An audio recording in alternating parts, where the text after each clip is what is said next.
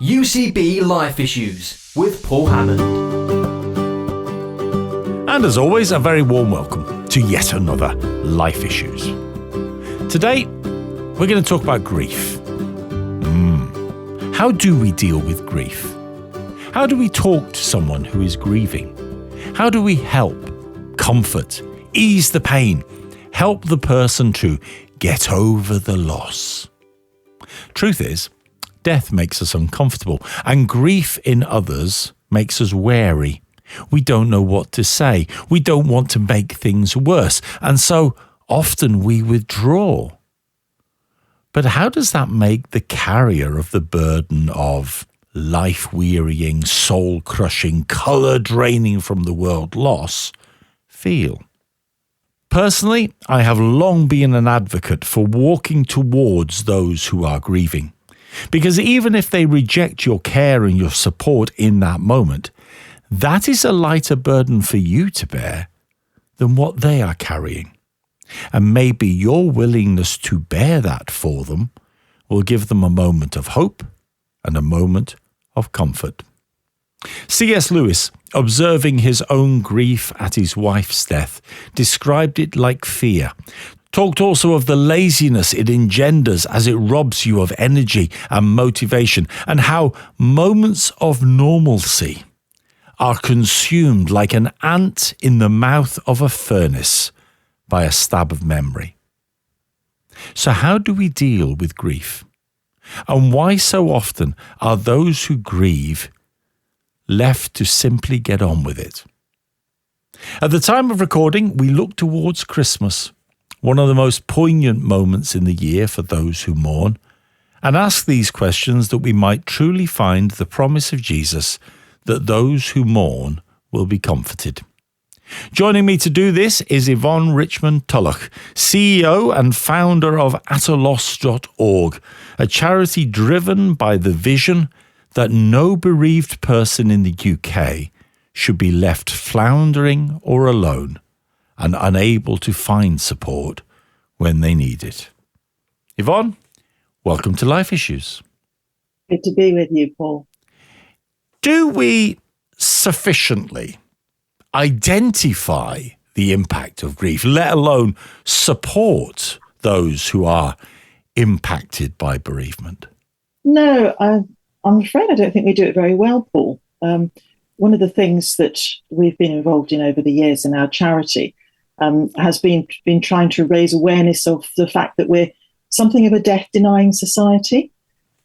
We have improved a little bit on that with the pandemic, and I think also with the Queen's death just recently. There's been quite a lot of talk about death and so on in the media, but we've had years and years where death has been absolutely taboo, and there's this old saying that the Victorians were very good at dealing with and talking about death, but they knew nothing about sex.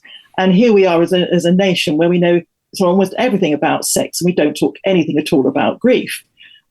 So what that does really is that we've been left with a lack of understanding of how it works, and we don't tend to therefore know how to get alongside somebody when they're going through that pain.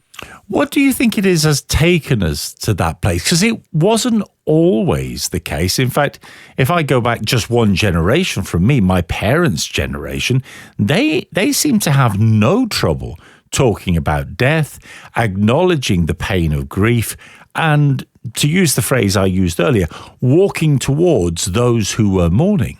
Yes, just going back to Victoria again, Queen Victoria. When we go back to our ancestors, death was ever so much part of life, and I think what happened was that it was the wars.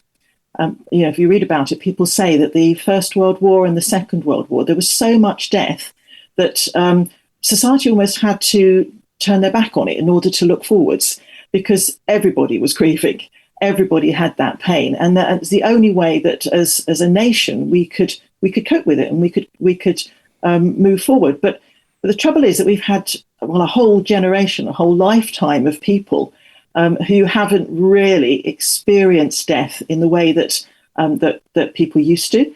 And what's tended to happen is that with our medical advances and our financial advances, we've got to a place where we've almost felt that we could buy our way out of every situation. We could prolong our lives and put death off and almost assume that it will never happen to us, or if it does, it's only when we get to 90 or something. And so people push it away and push it aside, and then it can really take them by surprise when somebody dies. I know this is a very personal thing for you, because the charity that you started, ataloss.org, as I said, it came out of your own experience when your husband died.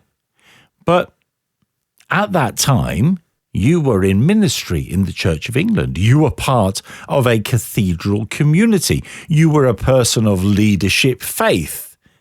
So surely you were familiar with loss and grief, and those around you within the rest of the leadership of that community were familiar with comforting. So surely if there was ever a place to experience that heart-rending loss, it was there, wasn't it?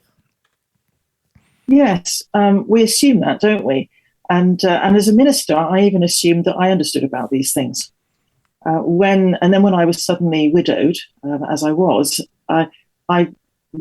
taken by surprise by my own responses, my reactions. I couldn't understand what was going on for me, and I certainly didn't expect things to get worse and worse as the months went by. I think in ministry we can get so absorbed in funerals ministry that we can assume that grief is all about what happens around a funeral, when actually it's what happens next. Usually, it's the pain that hits people afterwards. So I wasn't ever so good at it, I realised, and then I also realised that people around me weren't very good at it either, and it's not through no fault of their own, but by what we've just been talking about, society being not very understanding of these things. And I think one of the problems with church is that rightly people expect more of us as Christians, because they do expect us to be there at our time of greatest need, and so therefore if we don't do it well, if we get it wrong, that can hurt even more. I think you've described the experience of that moment of loss, but then, as you say, those months that followed.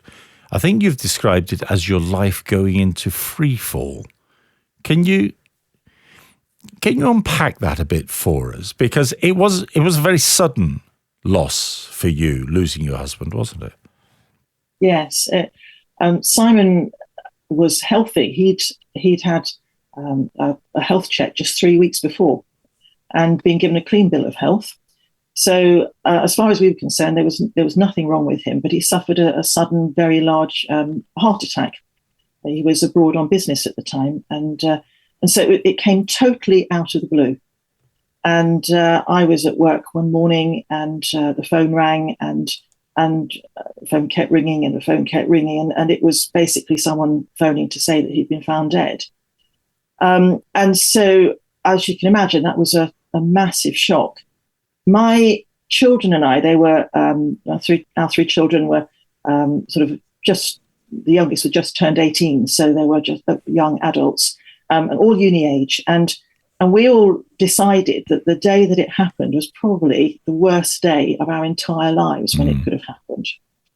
And you say about sort of life going into free fall, literally every part of my life was massively affected, and was a huge challenge.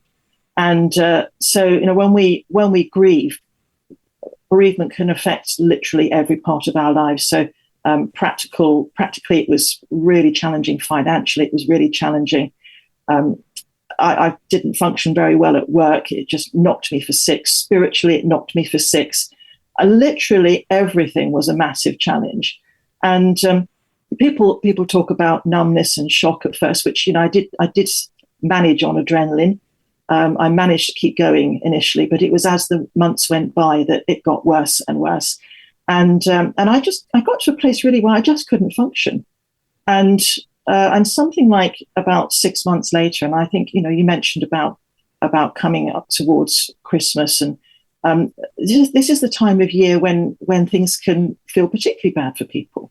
And for me, as I approached the Christmas period, things were getting darker and darker. And as somebody who'd never had really any real difficulty in my life, I have to confess, life had been good. I found myself in a situation where I was questioning everything, and even having the occasional thought of, this is so hopeless, why carry on? Mm. How did you find a path through that?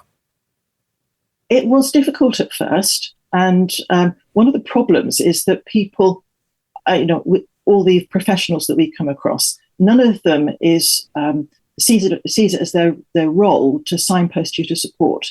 So that doesn't happen naturally. For people who are bereaved where somebody dies in a hospice and places like that, there can be a lot of good support. But a sudden death, or one where that's not the case, people can really flounder. And that was the case for me. And I was lucky because a couple of friends mentioned to me about support services that they knew of, and they were lifelines to me. So one of them was Care for the Family. They offer a marvellous support service for those who are widowed young. And I went along to one of their days, and then again to one of their weekends that they do. It was literally life-changing for me because I found there others who were in my situation who got what I was going through, and who just gave me some hope, because when they were talking about being, in such a desperate place themselves, they were able, and to be able to say, actually, now I'm here, gave me the hope of getting through. And the other service that I was taken to by a friend, bless him, he drove me on 5 consecutive Thursday evenings all the way from Coventry to London, so that I could access this, because there was just nothing else that he knew of. And that was the bereavement journey being run by HTB. And I went to those 5 evenings, and again, they were absolutely life-changing for me, because I heard there, this is what might happen when you grieve, this is what might happen when you grieve. And I thought, gosh, that's me. Yes, that's me.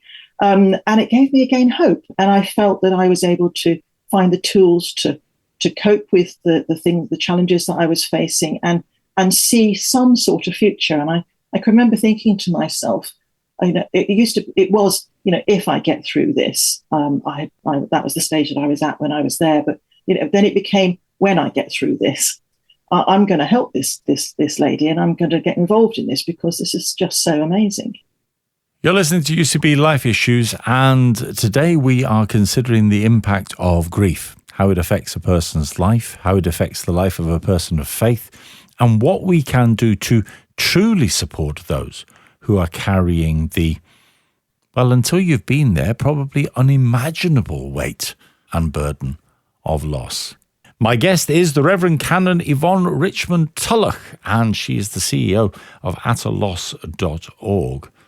And you mentioned there how you struggled spiritually as well. And as a cathedral canon at the time, in ministry, in leadership, seen as a representative of the church by people around you, how did that impact you? The fact that your faith, your spirituality didn't seem resolute enough to cope with this? Well, thanks for asking that, Paul. I grew up in a strong Christian home, and ever since I was a little girl, I can remember having a sense of God and praying to God, and never knowing, not knowing God. And when I was bereaved, it came as a real shock to suddenly find myself in a place where God just seemed distant. It was just like far away. I didn't stop believing in God, but I just didn't feel like God was there any longer. And this was a really sort of alien experience to me. And you have so many losses anyway when you're bereaved. To have one's faith knocked as well through no fault of your own, as it were, to find yourself in that situation could be really disconcerting. And as you say, especially as you're a minister, it's not something that I'd ever heard of before. And since I've mentioned it quite a few times to people, and over and over and over again, Christians will say to me, "Yes, me too. Yes, me too." But I wonder if part of that struggle had to do with guilt and self-recrimination, because we're all inclined to blame ourselves for things. But I wonder if your struggle spiritually made you feel guilty that as a church leader and as a Christian mom, that, you know what I mean? Mm. It didn't make me feel guilty because I was a Christian or anything. I think that there's just this sort of emptiness, this spiritual emptiness that people have, where they just have to be and wait for the moment when they realise, like with that Footprints poem, that God is carrying them. And that actually is what happened for me. I found after a while that I'd been making decisions and doing things which turned out to be extraordinary and just the right thing. And I began to see that God had been carrying me, even though I didn't feel it. But going back to the guilt thing, guilt is really common in grief. It's really common. And particularly when somebody dies suddenly, because you don't have those moments to be able to say the things that you would have wanted to have said, and so on. And one of the things that I struggled with guilt-wise was the fact that I'd been on a pastoral call the night before, and my husband and I had an arrangement where he would phone me late at night before he went to bed when he was away on business, and the phone, my mobile, rang, and I could see it was him. But because I was on this pastoral call, I ignored it. And then, of course, the next morning he was dead. So for me, I struggled with that. And that's one of the reasons why I found the bereavement journey so helpful, because there was a session there on guilt and how to manage this kind of thing. And the thing that I found really helpful was to be reminded of the fact that most of us, Christians and not Christians, are good people. And most of the time we do and make the right decisions and good decisions with the information that we've got, and where we are at that moment. And we can beat ourselves up so much afterwards in hindsight, can't we? Yeah. So when we go back and look at the moment, we should be able to say to ourselves, I made a good decision then, which is what I did because I stayed on the pastoral call. You mentioned the fact that guilt is a common element, and the guilt is often sort of listed as one of the stages or states of the process of grief. And I'd like us to explore those a little bit today. But first, I wonder if there is a need to acknowledge that grief, loss of someone close to us, it actually brings a change to our lives that fundamentally we are altered. Our view of the world will never be quite the same again. It might become positive again. We might be able to smile again. We might see the sun again. But fundamentally, we never go back. We can never be as we were, can we? That's right. Going back to what we were talking about earlier about this sort of death-denying society thing, we can go through life for quite some while not encountering death. And really not having a realistic view of life, because everyone's going to die. And when somebody does, it's like the scales are removed from our eyes. We've got a new perspective on life, and actually a correct perspective on life, because this is the world that we live in, isn't it? One of the things that I'm often saying to people about grief, therefore, is that it's the making or breaking of us. Mm. A lot of people review their whole perspective on life when they've had a big bereavement. Suddenly the sort of the treadmill that they've been on doesn't feel like the right thing any longer. It lacks purpose, it lacks meaning. And so often when speaking to young adults who've been significantly bereaved, it can knock them for six. It can send them down unhealthy routes of drink or drugs or recklessness or something like that. Alternatively, it can lead people to actually reassessing their priorities and saying, actually, I'm going to choose to not let this define me in negative ways, and I'm going to let it define me in positive ways. And many people who have been bereaved choose to do some amazing things out of that experience and contribute to life in really big ways. And it's important to make that point, and thank you for making it, because all too often the sort of death denial that we live with in society causes us not to see that actually grief, whilst incredibly painful, can be a positive experience of growth for us, and that actually that imagery that runs throughout the Bible of growth through trial and the refinement through fire and so on and so forth. Actually, yeah, that's what this is. We can be better people because we experience this horrendous pain. Yes, we can indeed. I think it's important to point out, though, that it doesn't make the situation itself good. No. And a lot of Christians will try to fix the problem with statements and things that they say to people, rather than actually allow people to be in their pain. Yes. But the truth is, definitely, it's very true that we grow around these experiences. If we dare to explore our grief and we dare to grieve and deal with it. There's a wonderful book called A Grace Disguised by a guy called Gerald Sitzer, who talks about how important it is for us to face the darkness and to go through the darkness, to come out the other side. And that's one of the really important things about grief, is that we have to be brave enough to process it, because it's a natural response to us. But if we don't process our loss, we can suppress it, and it can actually then sort of eat away at us and cause us problems all through life, or even erupt like some sort of volcano later on. So it's really important to work with our grief. So stages or states?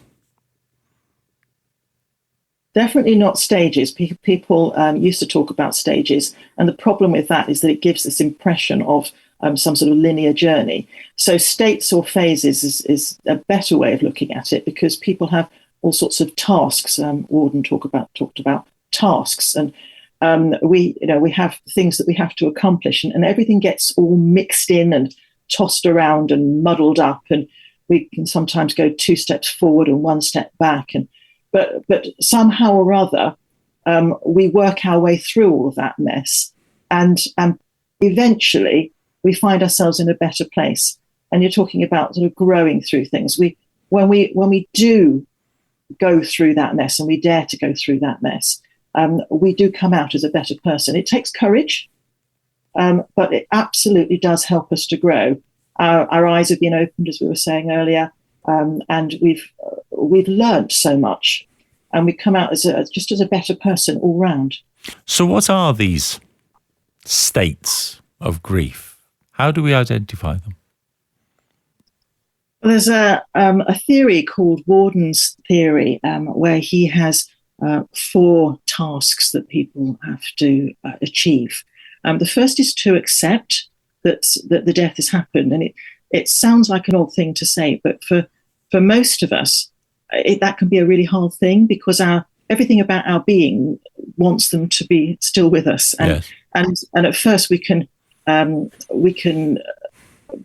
talk and behave as if that person's still alive, and even though in our heads we know that they've gone, our bodies and a way that we behave suggests that they're still with us. Like we reach out to pick up the phone to make that phone call, or we go to make a cup of tea and that kind of thing. So we have to get to a stage. We can't make ourselves get to that stage, but we have to get to a point where we know that actually our body, mind, and spirit has accepted the fact they're never coming back. And then after that, we have to experience the pain. So it's not necessarily afterwards, it's all intermingled, but we have to actually experience that pain like we've just been talking about. And then there's this task of adjustment to all the different things that are going on for us, the change that's taking place, our roles, our identity, the different things we have to face. We have to adjust to this new form way of life. And then we also need to find some way of reinvesting in the future. So as we look now ahead to all the things that might be coming our way, we find ways of of embracing that in a positive way that actually doesn't leave the person behind, but takes them forward with us into the new future. And so how do times like birthdays, Christmas, the birth of babies, anniversaries, achievements that we'd want to pick up the phone and tell our mum what we've done or whatever, how do we deal with the challenge that those key events bring to those states, those tasks that we need to pursue? They can be these anniversaries, these birthdays, anniversary of the death, Mother's Day, Father's Day, Christmas, obviously, big one. They can be all really, really difficult times. And we often say that people can find the lead up to them worse than the day itself, because it's all that anticipation of how you're going to be and how you're going to manage and how you're going to cope when life is so challenging anyway. So one of the ways of dealing with it is to know that sometimes, that very often the day itself isn't as bad as you anticipate. And the other way of dealing with it is to plan sensibly for it.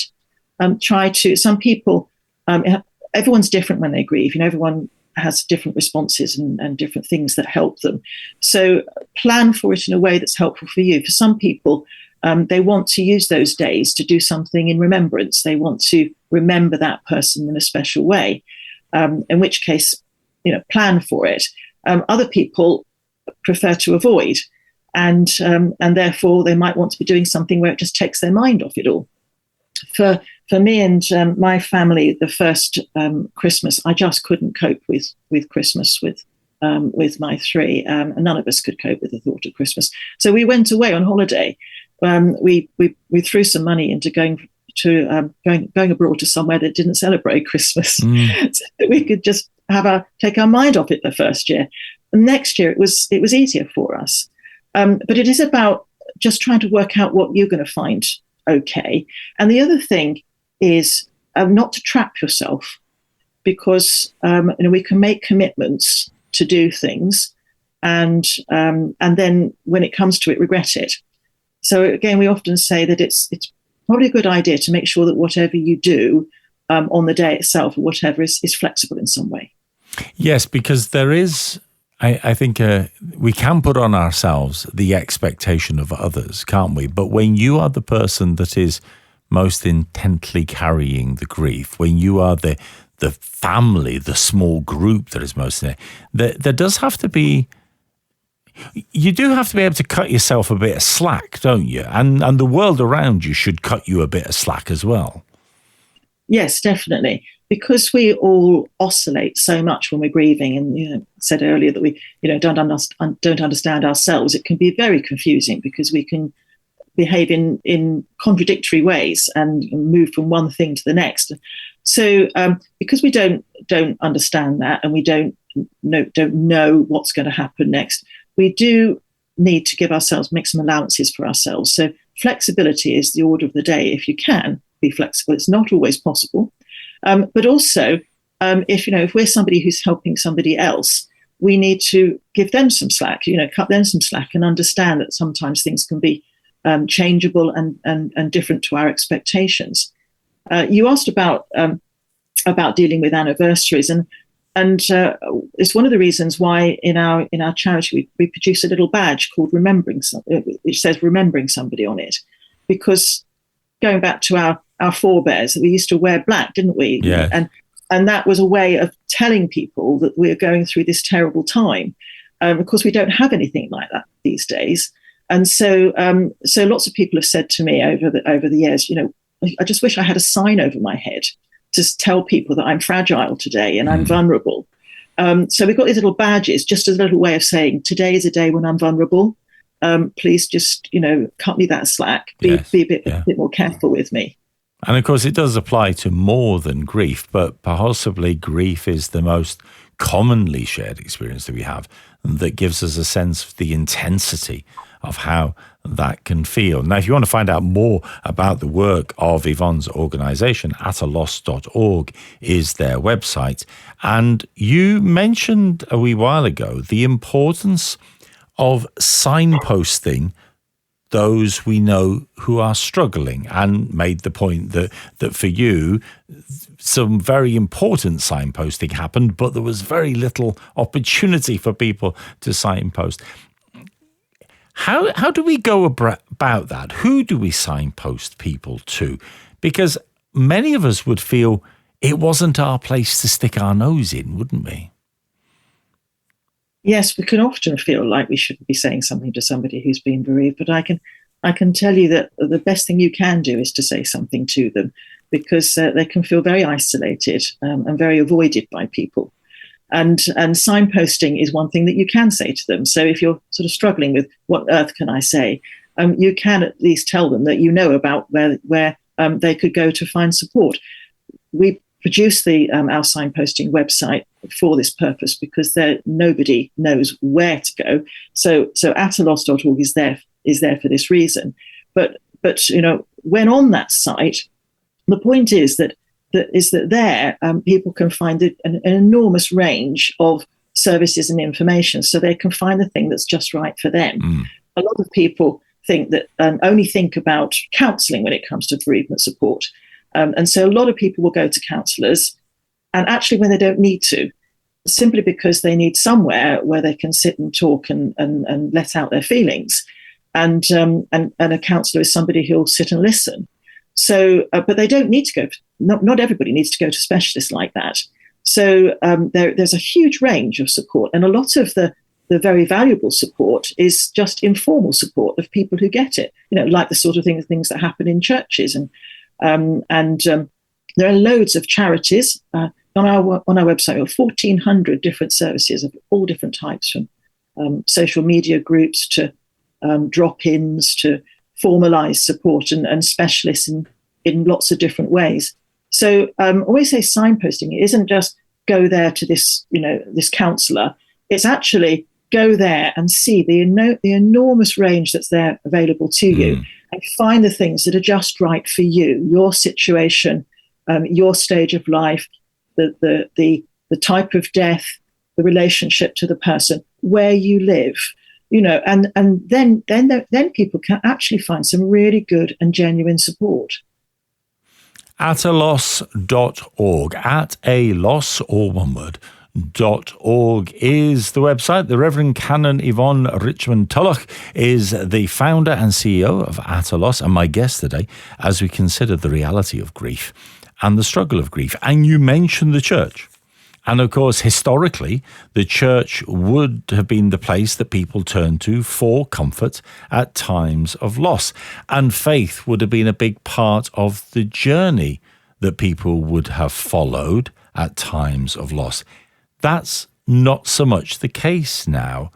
And I wonder, before we talk about things like the bereavement journey that you mentioned and the role the church can play in helping communities, I wonder if we also have to acknowledge our part in creating a rhetoric that makes the hope that we have, the sort of fairy tale imagery of heaven that seems to have been created around death and loss, whether we have colluded with that and actually as a result not helped people to see the real power that there is in Jesus in times of grief. Yes, it's an interesting topic that you raise there, Paul, because I find that Christians can often describe the hope of Christianity and faith in all of this in slightly the wrong way. Bereaved people struggle with God. They struggle with the existence of God. They struggle with the fact that they're suffering now. Their loved ones suffered and God didn't answer their prayers, and all sorts of things like that. And then they also wonder about heaven and where that person's gone. They wonder about whether they can connect with them, and they long to connect with them. They long to see them again. And these are all Christian messages, aren't they? They're all things that we have some fabulous answers for. But what often happens is that when they come to our churches, they find us talking about things in the terms that we want to talk about. They find us talking about Jesus. Now, that's not because we shouldn't talk about Jesus, but they're interested in God and they're interested in heaven. And we hardly ever talk about heaven and the hope of heaven. And if we do, we often talk about it in the context of you must believe in Jesus to get there. And that can then leave them feeling like their loved one's condemned. So there's lots of issues around all of this. But the fact remains that if we can help bereaved people to have their confidence restored in God as a God of love, as a God who's there for them, as a God who wants the best for them and didn't cause the death. If we can help them with their longing for heaven and an afterlife and help them to long for that and to reach out for that themselves, then we can send them in the direction of Christian faith. And we can also provide them with enormous hope just by the people that we are. And they see the love of God through the things that we do in our practical help and our love and our care and our listening and our support. You mentioned the bereavement journey course, and I wonder if we could just touch on that, because I know your endorsement of it and your support for it is a very significant part of what At a Loss can do as well, in terms of equipping churches to be hubs, if you like, where people can turn to in trying to cope with grief in a society that very often denies its reality. I've heard it described as like an alpha course for when somebody dies. I don't know that that's particularly helpful, but it does kind of catch something of the mood, doesn't it? Yes, that's actually a rather good description, actually, because it is just like alpha in the way it's structured, and I see it as like alpha in terms of it being mission, because of what we just said just now, and all these faith questions that people have, and we talked about their longing for purpose, and so there's a huge amount in terms of people finding faith, a huge amount of opportunity in terms of people finding faith, and the structure is just like alpha, so it works around films and 2 talks in a session, followed by discussion group each time, so the point is that people do their own processing. So again, just like alpha, it's not about forcing things upon people, but it's about putting things out there for them and leaving them to work things through for themselves in their discussion groups with others. They just work things through and they chat about things and they come to solutions and answers. And people come to the bereavement journey from any faith or no faith, and increasingly a huge amount of people coming from outside church, and they'll say that this is the best thing they've ever done. The feedback that we have is absolutely extraordinary, and they're so grateful to churches for the help. And it's interesting to me that although I think it's the first 5 sessions of the bereavement journey are not overtly faith-based. There's an underlying reality, but they are very much about the practicalities, the emotionals, the mental health state, and so on. This optional 6th session, which is overtly about faith, people go, "Oh yeah, I'll do that. I want that as well." Most people don't jump at the end of session 5, do they? No, and this is what's so special about it, really, because a lot of people come on the bereavement journey not expecting to go to that final optional session on faith, and it's made very clear that this is a course for people of any faith or no faith, and to keep the faith out of those first few sessions, and that the priority in doing this is to care for bereaved people and to help bereaved people to get through their grief and to really give them some tools to do so and to love them. And people come and they experience that. By keeping faith out of those first sessions, they see Christians who really do care.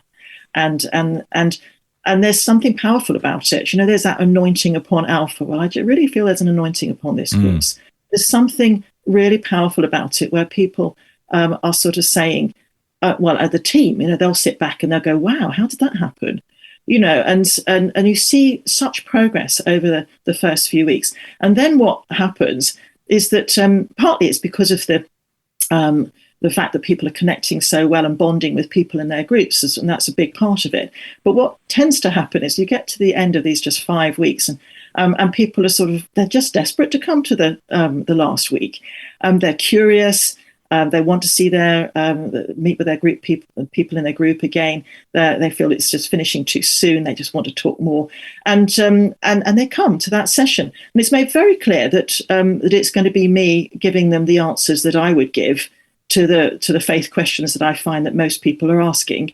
And I do make it clear that I had a crisis of faith as a Christian minister because of my bereavement. And so many people sort of say, well, yes, I've got a crisis of faith too. They're really quite interested. And so they hear the answers that I now give, not the ones that I would have given originally, but the answers that I now give, having sort of worked things through from being somebody who went through such a big bereavement experience.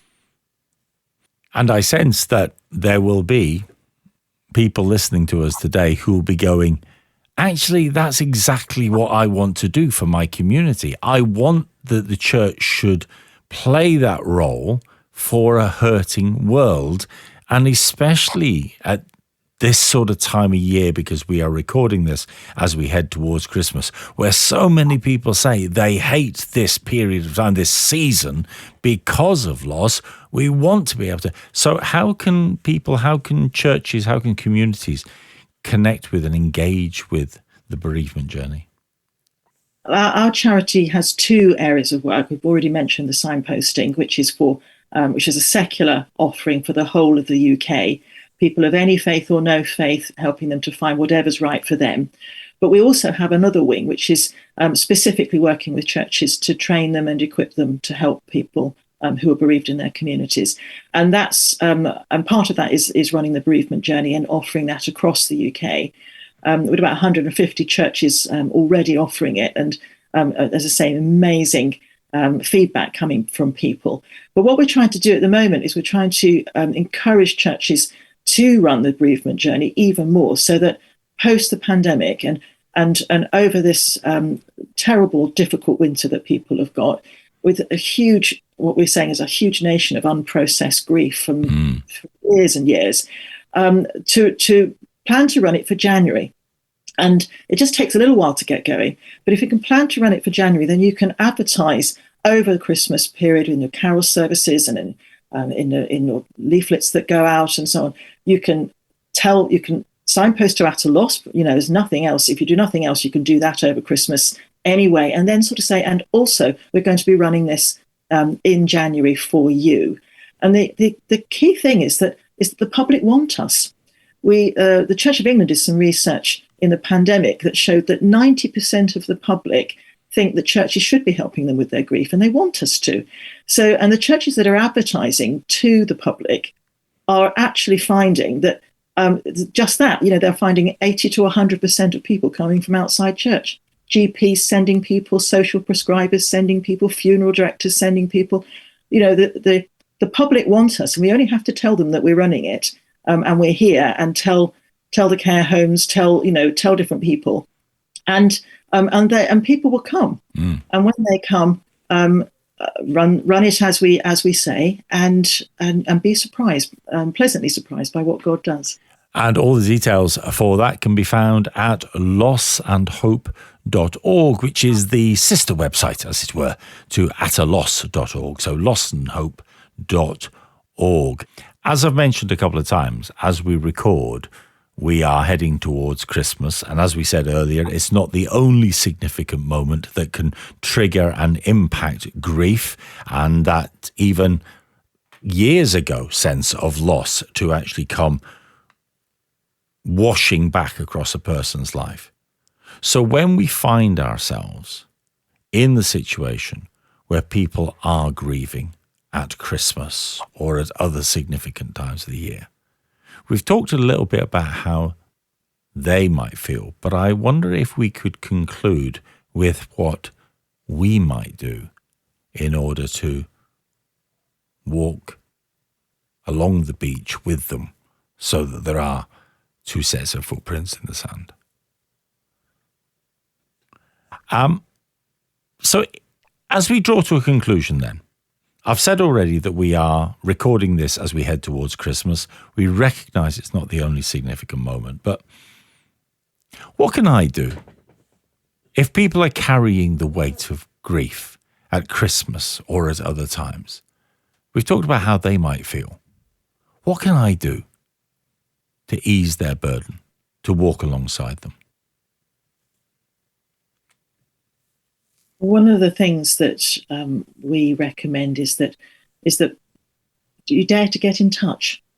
There's a little film on our website which we devised called Contact, Listen and Bless, and there are 3 words that it's so easy just to remember.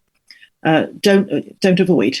Get in touch. If you think of that person, you think, so and so lost their partner or their mother or something this year, and now it's Christmas. Get in touch and just say, thinking about you because I realise this is going to be really hard for you, Christmas this year, that kind of thing. So dare to get in touch, dare to say something, reach out to them, and then listen. So we said earlier about how people go to counsellors just because they need someone to listen to them. A lot of people just need to be able to offload. And if you can pop round and have a cup of coffee with them or something and just say, you must be feeling really hard at the moment, as we're all having these Christmas parties or whatever, and you can't have your loved one with you or whatever it might be.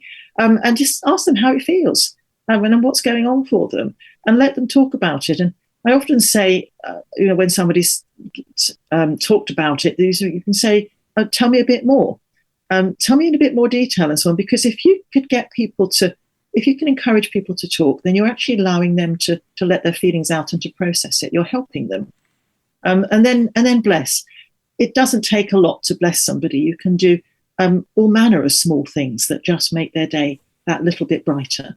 And it can be something as small as sending them a message, or a little present, or whatever it might be, or asking them out in some way, but something that just treats them and helps them to know that you care and that you're thinking of them, because no matter how small it might be, those things collectively can make a huge difference.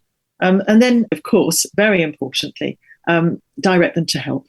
If people need to know where they can go for help, and it isn't just about you being there for them. If you can signpost them to, if you can direct them to ataloss.org, they will find on there so many different things that will just be right for them and helpful for them over Christmas and beyond. ataloss.org, or if you're looking to get involved as a church community in the work that they do, lossandhope.org will give you all those details. The reality is we live in a world where death is a constant. It is a reliable truth that we cannot escape. And no matter how much our society in recent years has tried to hold it at arm's length, it does come to us all. Loss and grief will be our portion sooner or later. And the message of faith that we have in Jesus is that God's love and compassion is to draw near to those who mourn and grieve and comfort them with hope, with truth, and with love.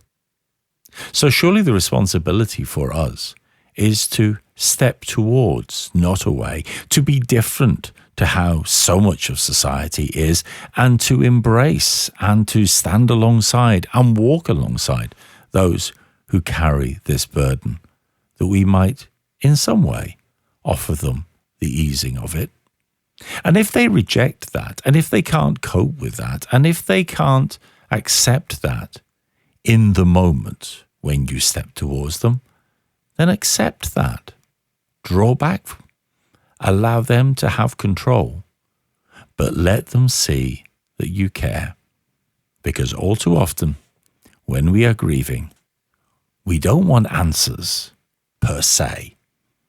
First and foremost, we want someone to notice the weight that we carry. ataloss.org is the website. The Reverend Canon Yvonne Richmond Tulloch is the founder and CEO, and my guest today for Life Issues. Yvonne, Thank you for sharing your story and your passion in this with us today. Thank you. Thank you. I'm Paul Hammond. This is UCB Life Issues. Join me next week for another one. Ta-da.